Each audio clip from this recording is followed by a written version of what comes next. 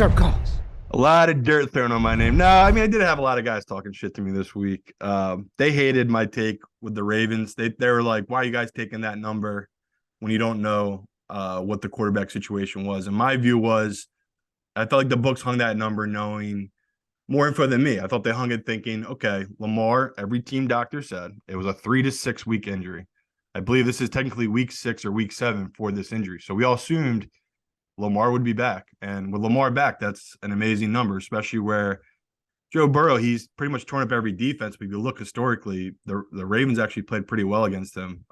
Just not even this year, but since he's come into the league. So I nothing's going to change for me. But it was interesting hearing that there are so many pros that did come in on the 6th of the Bengals, did come in on the 6.5, did throw them in a bunch of teasers, which we talked last year. I thought the Ravens will cover this number. I just don't think they'll win.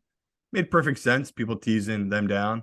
I still think it's not terrible if you want to do it, right? If it's 8.5 and you're doing a 6-point teaser, that's 2.5, which we talk all the time. That's a key number if you get it under the 3. So still it just reeks to me. Everything about this line reeks. I still think the bookmakers know what they're doing here.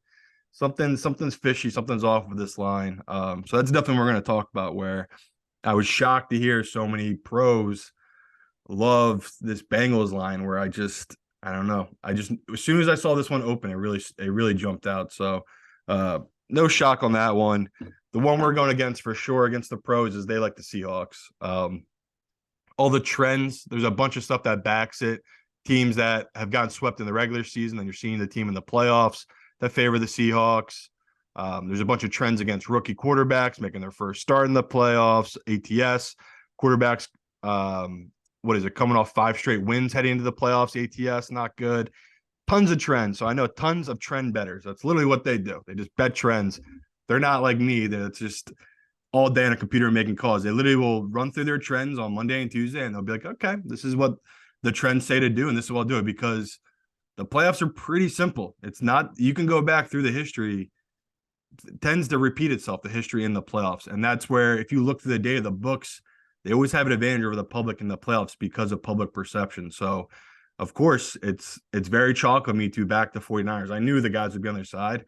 I'm shocked that enough money came in. The books moved it to 9.5, because that's a key number, that they moved it off to 10. So that definitely made me pause. But I honestly, none of my picks changed after all these sharp calls. That was one, though, that was more obvious. I knew that we were on the public side when we talked about that one, Chad. I feel like that's why I thought you'd probably be on the Seahawks. But yeah, they're all pretty much like that Seahawks side. The one we all lined up on was that Bills line. We got a little lucky. It dropped to 9.5 off, like, not just fake bad news, but people just speculating that Tua would be back. People moved that number to 9.5, which was an absolute gift if you were betting the Bills. Call it the news, whatever. It said it was like 5 minutes after Schefter had given it out, put in the action app at 11, and I think not even 20 minutes after that, it was up to 13, 12.5 in most books. Now it's settled in at 13.5 for the Bills. I told you I made it that number. With this kid as the backup, that's the number I made it. Now you're telling me their starting tackles might be out, or their starting guard as well might be out.